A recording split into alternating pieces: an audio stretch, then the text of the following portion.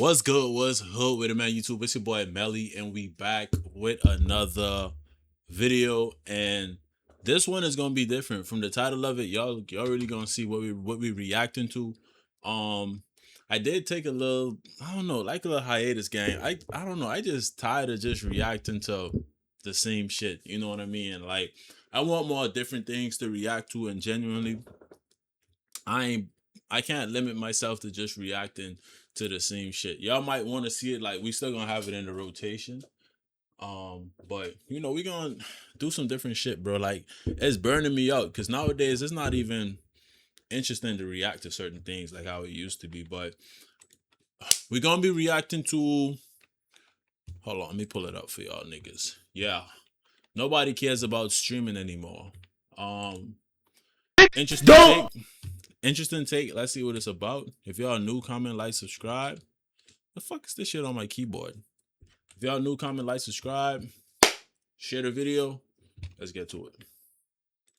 Watch games no more like that on Twitch. I'm telling you, bro. Y'all acting like if games crushed on Twitch the way they used to, like a few years ago, you don't think everybody would stop the IRLs and start playing games? Twitch, it's becoming harder and harder to become streamers because all y'all think y'all need to be doing IRLs. Y'all all trying to be like these at the top. You got motherfuckers talking about desktop streaming is dying. How is that even impossible? It's not even possible. It's just the niggas you watching. Desktop streaming will never die. It's just the niggas you watch. You have been so overstimulated by them. When they do decide to do desktops, it just feels dry. Y'all know how expensive it is to keep up with content creation? You can get a 10K check from Twitch. What the f is a 10K check when you gotta spend 5K on trips to travel, $500 on setup, $2,000 on your rent, $200 on Wi-Fi, $200 on IRL toolkit. You gotta pay the clippers, pay your YouTube editor. Chat, I don't think y'all realizing I be going into negative doing this.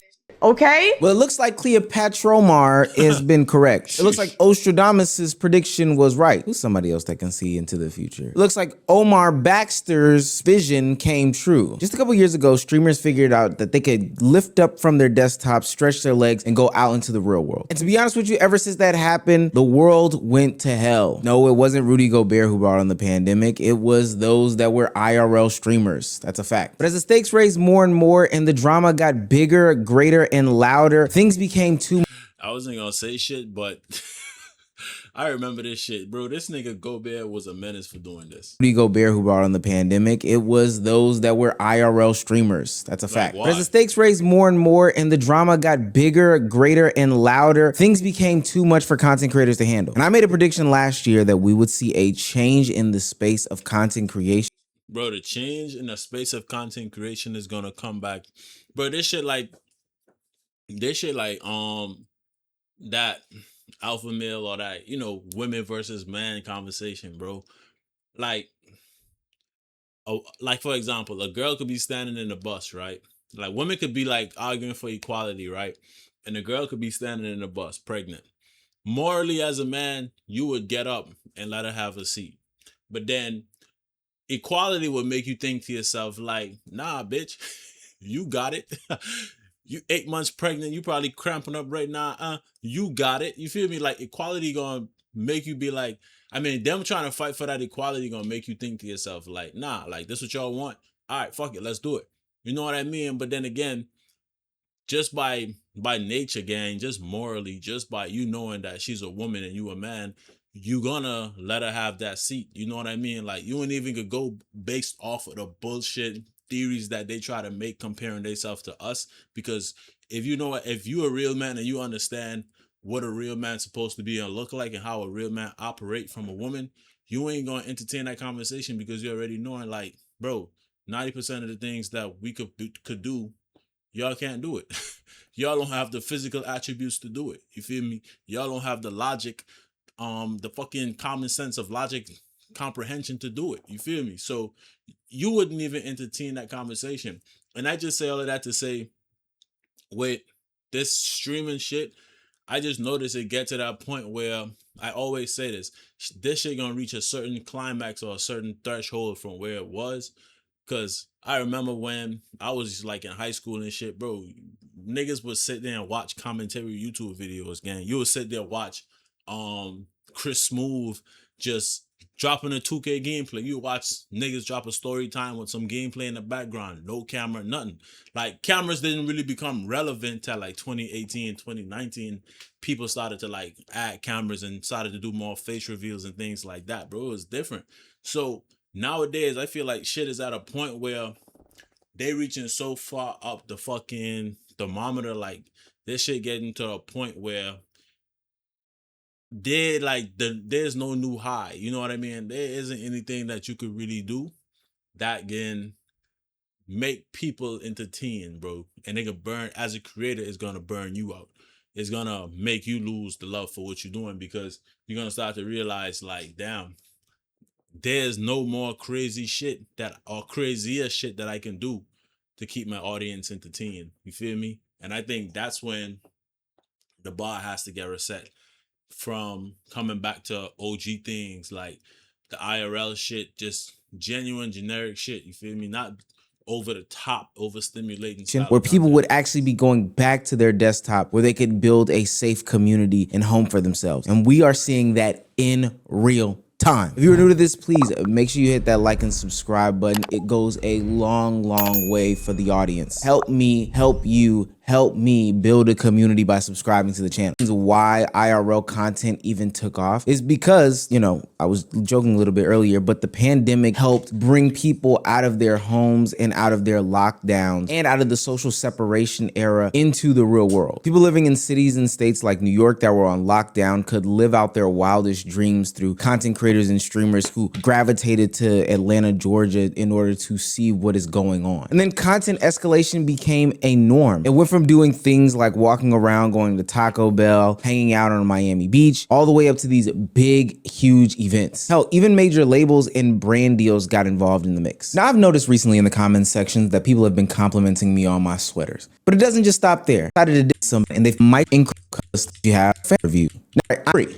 So things to interact with, confrontation, surprise encounters, reaction is automatic. Things were just so over the top. It just made sense for people to lift up out of their desktops. And if you were still there, you were still behind. And for what it's worth, desktop streaming relied heavily on a solo individual's personality. With IRL, you could have less personality, in my opinion, but also rely on the outside perspective to bring some sort of creative aspect to your content. I ain't gonna lie, unpopular opinion. Desktop's harder than IRLs, man. Being a good desktop streamer takes more skill than big guy. I don't care, be mad.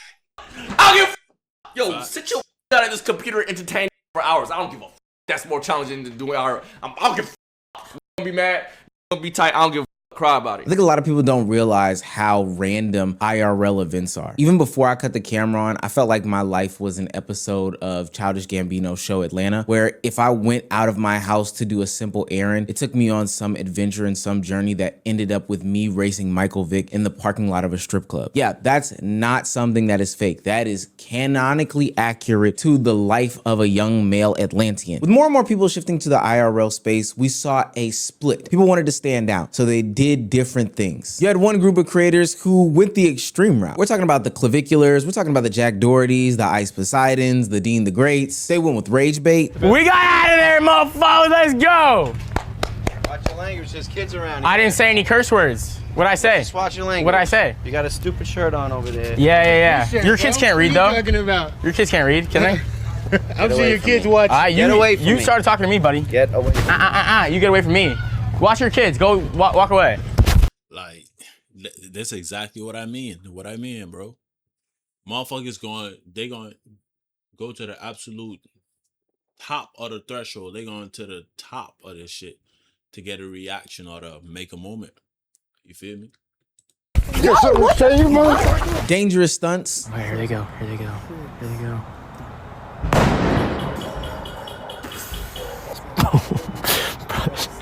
Hopefully someone clipped that shit. That was insane. Oh, fuck, they're making their way back here. Oh, fuck. Shock value, public chaos, or even confrontation content. By far my favorite. Are you the guy that got slapped on video? I did, but I'll slap the shit out you, though. I'm gonna show you the inside of the house. I'll make you another clip. Don't do that. Seriously? Don't do that. Simple as that. Get him out of here. That nigga look like DDF. That nigga Don't do that.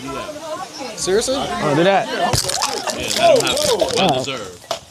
Or you had the subsection of creators who wanted to put on a spectacle, a show. People that wanted to emulate and imitate the shows of yesteryear that they grew up on and Mr. Beastify their content. I'm talking about the different subathons, whether it be Kai Cenat's Mafia-thon or FaZe's subathon with all the celebrity collaborations. You know, like when Neon links up with any random streamer or any of these over-the-top big productions like Streamer University. Most recently, I worked on the back end of one of these shows, and I'll get into that a little bit later. But I can also think of Jason the Ween going about the path of doing this whole surviving on an island thing. It's getting crazy out here in the space, which for what it's worth makes it harder to compete. One of the reasons why IRL streaming is seeing such a blow is because there is a saturation problem. There are simply too many creators competing for limited attention. And so when the supply explodes, then all of a sudden the value per stream drops. Now content creators must, be bigger, be more daring, more extreme. They must be louder, more emotional, all these different things in order to stand out. And that pressure starts to reshape the entire culture. Bro, I literally just meant this. I just break all of this shit down before we even get into the grid of the video.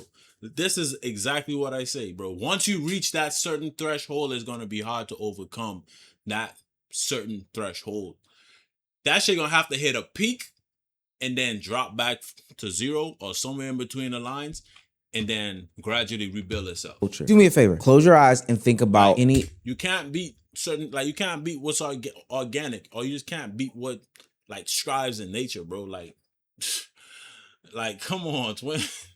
Of the IRL content that you consumed last year. If it wasn't some sort of crash out or a huge massive event like Stream University or Mafia-thon, I can almost guarantee you that you don't remember it at all. And with that being said, it's not like people didn't create IRL content last year. It just felt like there was so much to keep up with and one after another happening over and over again that, to be quite honest with you, it fell a little flat every single time. And the creator's response to it falling flat was not to go back to the drawing board and say, hey, maybe IRL streaming is the problem. Maybe I need to get my personality more involved. Maybe I need to think outside of the box. No. Creators decided to live by Grant Cardone's 10x rule, a philosophy that states having a goal and then trying to 10x it will yield more success. A streamer does a 30-day subathon, the next person's gonna do one that's uncapped. One stream costs 20K, well, the next one's gonna cost 100K. If you jumped off a roof, I'm jumping off a mountain, we're both gonna die. That doesn't matter to content creators. It worked for Mr. Beast, it worked for Kai Cenat. Why can't that happen to them? But all in all this does is create some sort of financial exhaustion, mental burnout, identity pressure, and constant comparison. Streaming has become less of an expression and more of this numbers chase, to the point where it's actually putting pressure on content creators that they feel the need to speak about these things. But everybody needs systems. Like, if you're just letting things happen to you and you're not adjusting, then you're not being a good human to yourself. Like, you need a system. So I know if the view number's up, I'm gonna keep looking at the shit to see, did they think that was funny? Do you like that joke with that? How many views we got? Is that segment good? I don't look at the view numbers. I shut it down. I pop out my chat so I don't have to look at it. Right. I always look at it though after the stream. Yeah. And then I'll see okay, hold on, they like this segment a lot. They didn't like. I ain't gonna lie, that's something that I really started to do, especially posting on social media, because, bro, even the algorithm could fuck with your psyche, gang. I ain't gonna lie, the algorithm could fuck with your psyche. You could genuinely, matter of fact, let's run this back. I want y'all niggas to hear this shit. I want y'all niggas to really hear this shit. Creators that they feel the need to speak about these things. But everybody needs systems. Like, if you're just letting things happen to you and you're not adjusting, then you're not being a good human to yourself. Like, you need a system. So I know if the view number's up, I'm gonna keep looking at the shit to see, did they think that was funny? Do you like that joke with that? How many views we got? Is that segment good? I don't look at the view numbers. I shut it down. I pop out my chat so I don't have to look at it. I always look at it though after the stream. Yeah. And then I'll see okay, hold on, they like this segment a lot. They didn't like this. Like, you just anticipate after the storm pass, gang. Like, after the storm pass, because if you focus on that shit then and there, then you kind of gonna throw off your momentum, even your damn equilibrium. You feel me? But another thing that I was about to mention is, especially with the algorithm and shit posting on social media, that shit could fuck with your, it really could mess with you. You feel me? You might post a couple of clips that do good and then post some clips you think that's deemed to do better and it don't even probably do as good.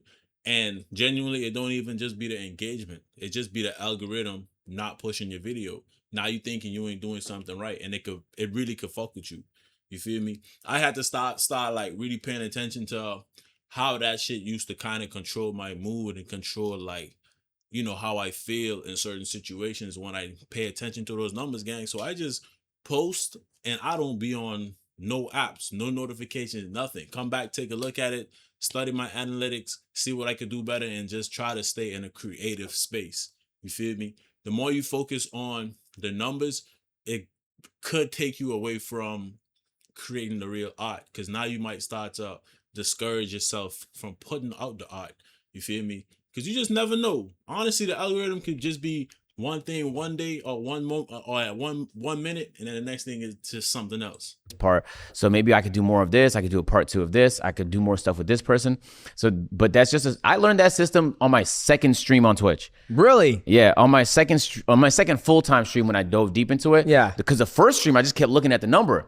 So on the second stream, I was like, I got to find a way to not see that number, bro. I don't want to see it. You can't hide it. So you just had to close the fucking browser and pop out your chat so you can read what your chat's saying. At some point, this obsession with numbers can have you feeling like some sort of slave to the content creation journey that you're on. No longer is it about having fun. No longer is it about, you know, just chilling with some friends, doing some cool stuff that you know, had a passion for. It becomes a numbers game, which means in order for you to keep up with said numbers game, you've got to increase the difficulty every single time. At least that's what streamers think. But now we're to a point where you can't just do simple shit anymore. You got to do the most complex. Keep crashing, I don't know what to do. And when I'm watching these videos, they talking about put in the RTPM and then merge this over to this and then put the configurator in this and then go ahead and put the dashboard and then go to help and then do these. Like, what the fuck are y'all talking about?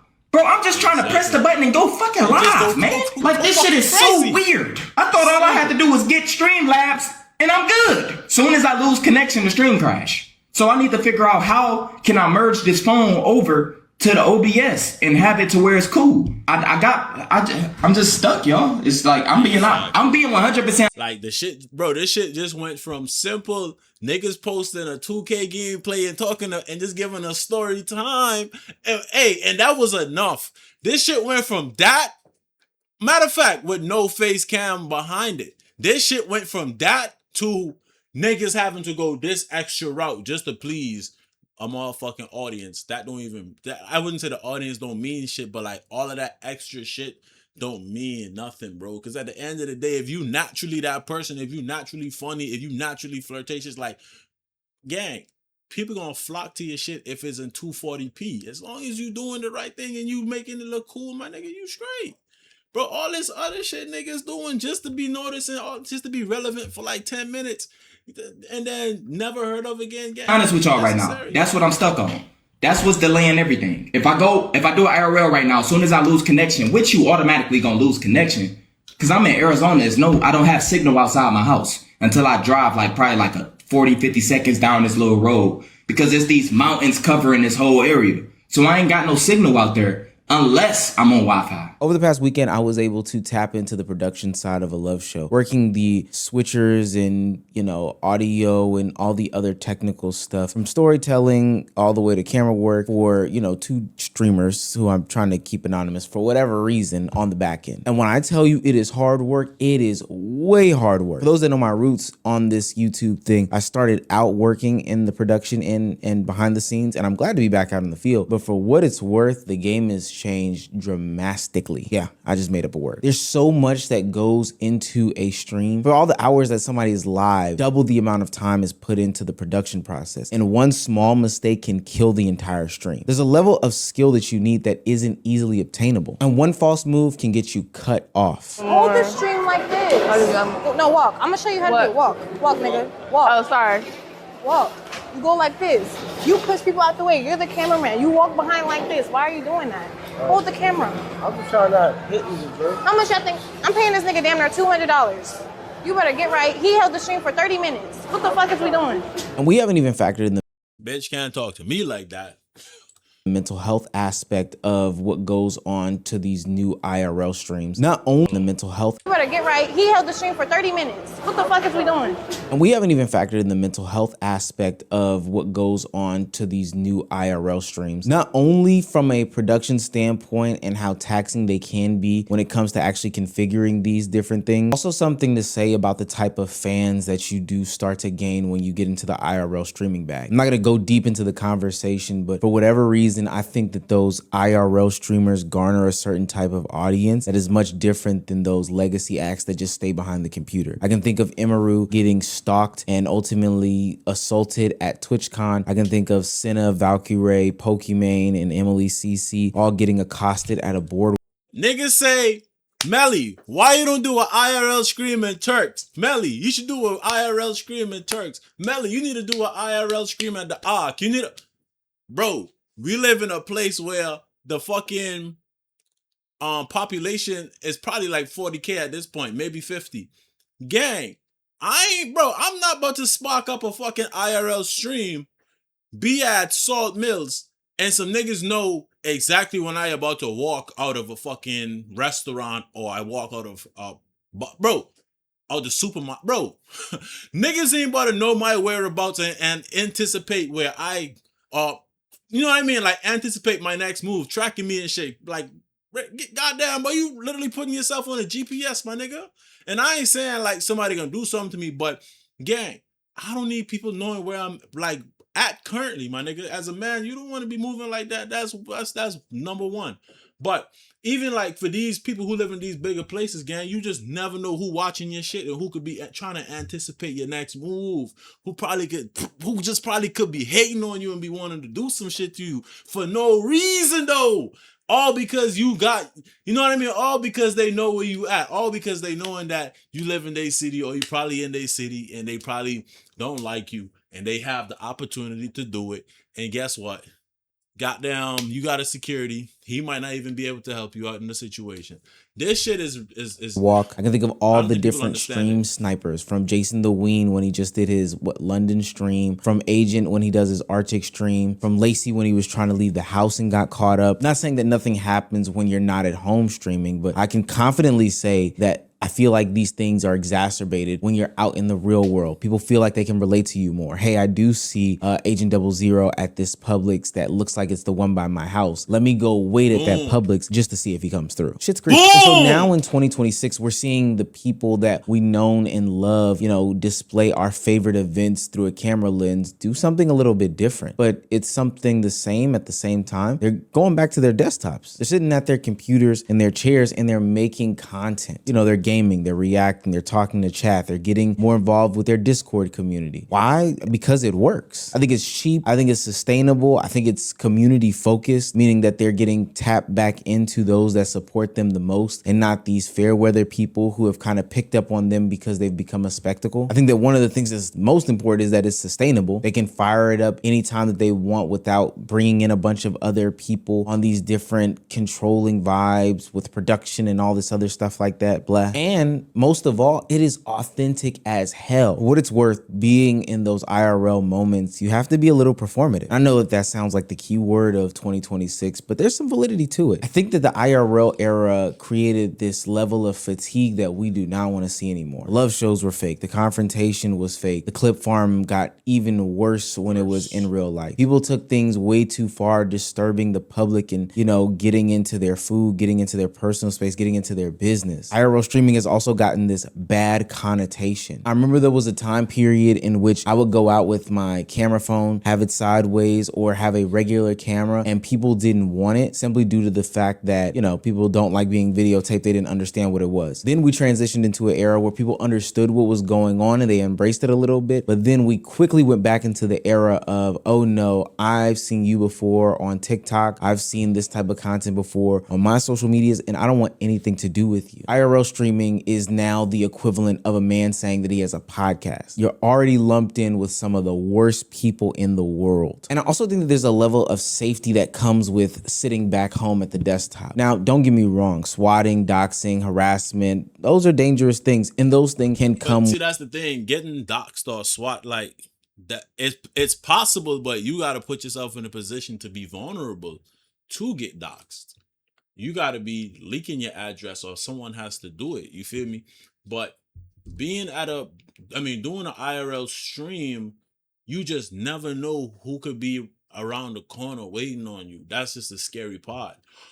You never know. With, being at home. But I think that that's totally different than the IRL stalking, people showing up at different homes, the fans tracking you in real time to your location, and the different break-ins based off of the parasocial obsession that is being created by you being outside. Just do what you want to do. It's that easy. No shot. Brother, get out of the phone. Hold on. You know me. Brother, get out of the fucking house. Who the fuck is that? I also think it gives creators this mental break that they need from always having to appease people by collaborating with these other guests or doing things that they don't generally like to do, but because everybody's telling them that, hey, this is a good look or this is an opportunity that you can't miss, you've got to be here. Desktop streaming creates this environment in which you don't have to think about what'll give me the most viewership, but more so what'll appease the community that I rock with. Now, instead of forcing yourself to be at some award show because it's supposed to make you appear better to mainstream audiences, you can stay at home and watch your favorite Omizi video and react to it in real time. You can now find an identity, which I think is important for some of these young 20-something-year-olds, and you don't have to be inauthentic and robotic like Blackboy Max talks about. I be dealing with a lot of mental shit, bro. Maybe I need more friends. I don't know. I did lose my girl. I will say this. I'm gonna keep it a buck. Bro, my girl gang, that was my best friend. And that's a whole other topic for another day. But bro, like, that girl was my rock, man. And it's like, could it have worked out? Maybe. But it's just like, bro, doing all the things I'm trying to do just make, man, love impossible, bro. No cap. Never sell out. And I will never sell out. Right now, I'm on a path of getting my love back and feelings. I don't feel nothing, bro. I don't be happy to do shit. I've put this smile on. Some days I'll be happy, I'm not gonna lie, laughing, having a good time. It'd be short bursts though. I'll go right back to what I gotta do tomorrow. Damn, what phone calls I gotta make tonight? Oh, what paperwork I gotta sign. So where do I think streaming is heading in 2026? My predictions are usually right. So let me take this a little bit serious. I don't think that high profile, big broadcasty streams are just out of the way. I think those that have mastered it and will continue to replicate it when necessary. iShowSpeed is a perfect example of somebody who pulled something off like this. I think Jason the Ween did a fantastic job of this when he did his Deserted on an Island stream. Of course, Streamer University will probably come back around. That's if we get Kai Cenat back. And then as a way to kind of replace a vlog, I can see some streamers still doing stuff like this. But is it going to be this constant 24/7 like we've seen over the past couple years? I don't think so. It's not safe anymore, mentally, physically. Yeah, gang. Prioritize your mental health. That's all I'm gonna tell y'all boys. Prioritize your mental health.